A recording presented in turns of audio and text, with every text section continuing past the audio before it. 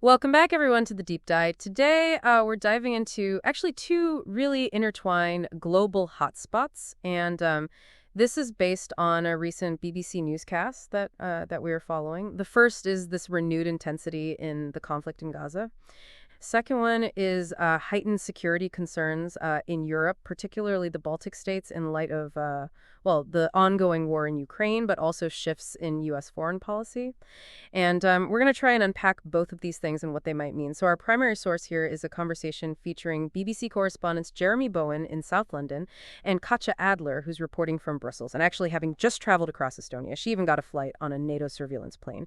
So pretty incredible experience there. But our mission today really is to kind of distill the key insights from their conversation, provide you with, I guess, a clearer understanding of these sort of complex dynamics in both regions and the potential implications, without overwhelming you with sort of information overload. So, yeah, let's jump in. And I guess first off, let's talk about what's happening in Gaza because it's a situation that's really flared up again. Yeah, it's pretty alarming to see this renewed intensity.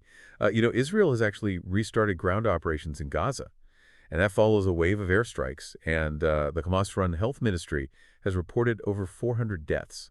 Now, one thing that's really important to keep in mind, and Jeremy Bowen stressed this in the BBC report, is that it's very difficult to get independent reporting from inside Gaza.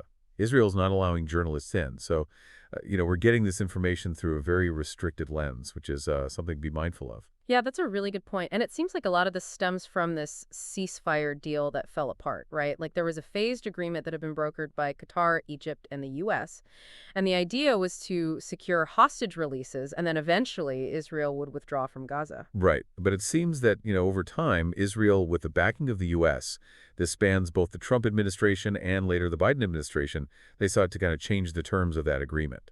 And they wanted more hostages released, but without committing to a full Israeli withdrawal or an end of the war. Ah, I see. So it was like a change in the conditions that had been initially agreed upon. Exactly.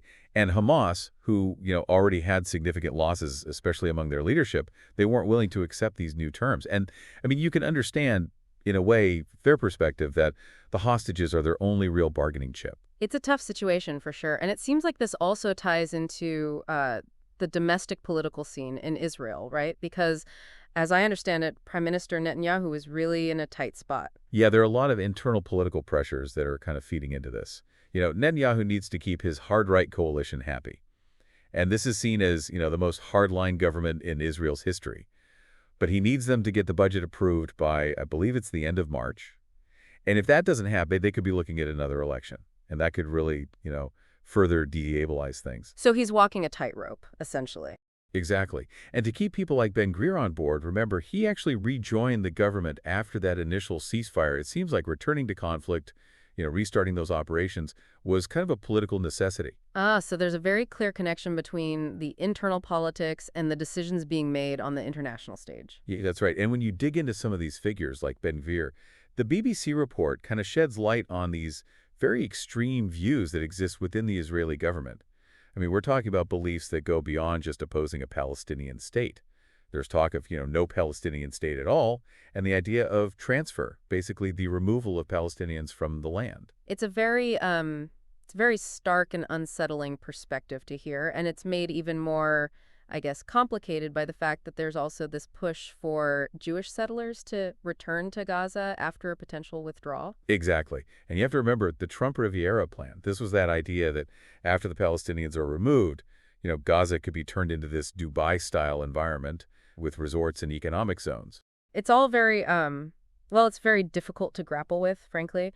And on the other side of this, you have Hamas, who remain completely uncompromising. I mean, their stated aim is still the removal of the Jewish state and Jewish people, which is a horrifying objective, and the taking of hostages just underscores that in the most tragic way possible. Yeah.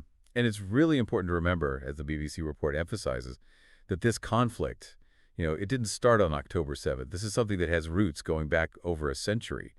And, at its core, it's about two peoples who both claim the same land. I mean, the report even mentions historical accounts of violence in Jerusalem back in the 1920s. And it's a reminder that this is a struggle that's been going on for generations with these terrible cycles of violence. Yeah, it's a really, really sobering historical perspective to keep in mind. Now, I'm also curious about, the role of the U.S. in all of this? Because it seems like even former President Trump's focus has shifted a bit, at least for now. There's definitely this perception of a shift in U.S. foreign policy priorities. And, earlier in the year, there seemed to be this big push for Israeli-Palestinian peace. There was talk of, normalization agreements with countries like Saudi Arabia.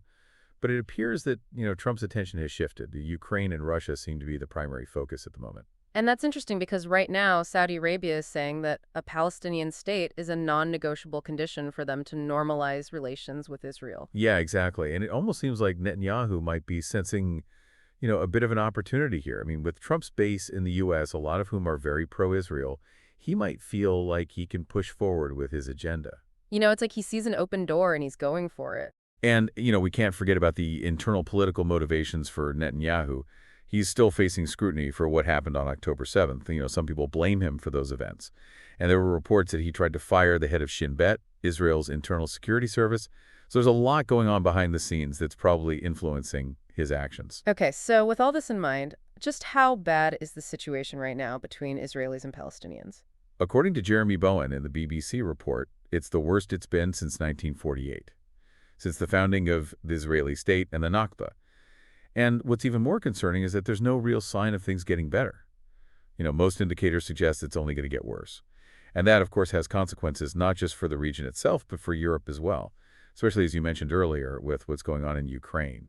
Which is a perfect segue into our second topic, which is, this sort of second major conflict that's looming large, the war in Ukraine. And, it's not just the war itself, it's the broader implications for European security. And it seems like European leaders are really starting to grapple with this idea of, a potentially less engaged U.S., especially if Trump were to return to office. And Kasia Adler's reporting from Estonia is really, really eye-opening in this regard. Absolutely. What's so valuable about her reporting is that she actually went there. She traveled across Estonia, including to this border town called Narva. It's a place where 96% of the population is Russian-speaking. And, there's a lot of cross-border movement, and there have been reports of Russian provocations. So this is right on the front lines of this tension. Exactly. And then she got to fly on a NATO surveillance plane over the Baltic states. So she really got this firsthand look at the anxieties that people are feeling. It's interesting, though, because initially there was this feeling of security, with EU and NATO membership, and those NATO policing flights provided some reassurance, but it seems like that's starting to fray. That sense of comfort and safety that came with those alliances? Yeah. I mean, they're still in the EU and NATO, but there's this nervousness now, like they're nervously biting their nails, to use Katja's words. And it all comes down to this uncertainty about U.S. commitment under a potential Trump presidency. So even though there are these structures in place, there's this underlying fear that they might not be enough. Yeah, and it all boils down to this, historical dependence that Europe has on the U.S. for its security. And it's been that way for, 80 years now, especially since the end of World War II. It's been this sort of implicit agreement that America will be there to provide protection. And that, in a way, has led to this underinvestment in European defense. After the Cold War ended, a lot of countries cut back on military spending. Conscription was abolished in many places, and now they're realizing they need to catch up. They're behind in areas like aerial surveillance, logistics, command and control, all these essential things. So what are they doing about it? I mean, we are hearing a lot about increased European defense spending these days. Right, and that's one of the key takeaways here. EU leaders are now seriously talking about sending more aid to Ukraine. And, they're talking about boosting their own defense spending. But the interesting thing is it doesn't necessarily seem to be about replacing the U.S. It's more about becoming more self-reliant. So being a stronger partner, rather than trying to go it alone. Exactly. And, maybe it's also about impressing Trump a little bit, showing him that they're serious about defense. And maybe even, deterring Putin. Right. It's like, look, we're taking care of our own business here. Exactly. And some countries are really stepping up. Like Estonia is planning to increase their spending to 5%. That's a significant jump.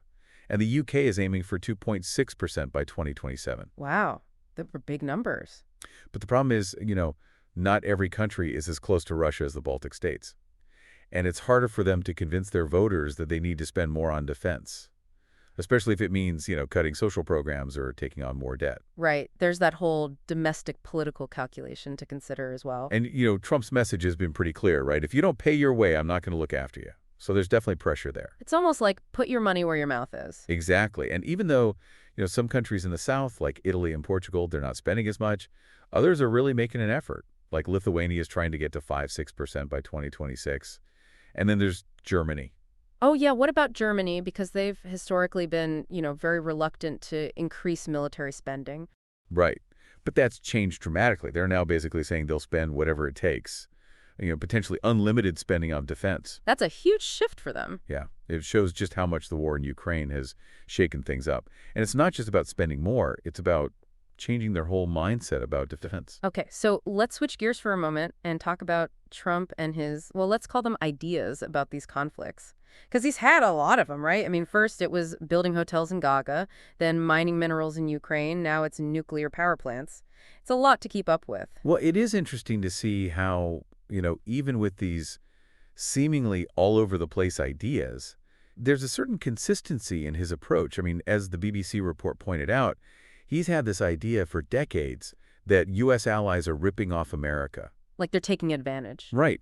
And a lot of his proposals seem to be about, what can America get out of this? And that's where you get these, sometimes unconventional, sometimes outlandish ideas. And President Zelensky of Ukraine has said that he's open to U.S. investment in their nuclear power sector, so it's not completely out of the blue. True. But the overall feeling is that for Trump, it's all about transactions. What's the deal?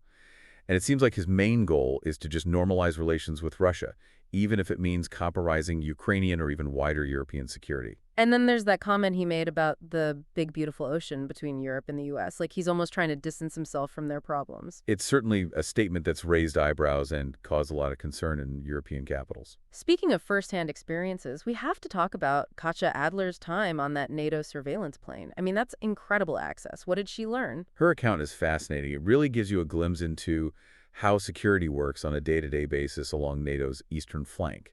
And the fact that the crew of the plane was multinational, there were people from 10 different NATO countries, it just shows you how collaborative these efforts are. So it's not just one country doing this, it's a collective effort. Exactly. And the plane itself is really interesting. It looks like a regular passenger jet, but it has this big radar dome on top. Katja called it a metallic mushroom. And inside, instead of seats, it's all workstations. So it's a very specialized piece of equipment. Yeah. And their mission was to basically monitor the airspace over the Baltic states, looking for any suspicious activity from ships or aircraft. It's constant vigilance, basically. It sounds intense. Yeah. And she even got to witness some pilot training exercises, including an attempt at air-to-air refueling with a U.S. aircraft. Apparently, it was pretty nerve-wracking. That kind of stuff is always a bit white-knuckle, even just watching it. Yeah. But what really comes through in her reporting is this admiration she has for the people involved. Their dedication, their passion for what they do. It's really impressive. Okay. So wrapping things up here, I think it's clear that we're dealing with two incredibly complex and interconnected challenges on the world stage.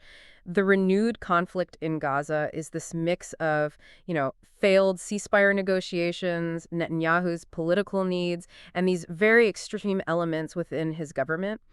And it's possible, that past U.S. policy might have even emboldened some of these hardliners. And then on the other side of the world, you have Europe, especially the Baltic states, who are facing these growing security concerns because of the war in Ukraine. And then you add in this uncertainty about future U.S. commitment, and it's no wonder they're boosting their defense spending and rethinking their reliance on America. Absolutely. And that leaves us with a pretty big question to ponder. Given all these interconnected crises and this shifting geopolitical landscape, what does it mean for the future of international security? What about the balance of power? How will these developments reshape alliances and change regional dynamics in the years to come? That's something to really think about.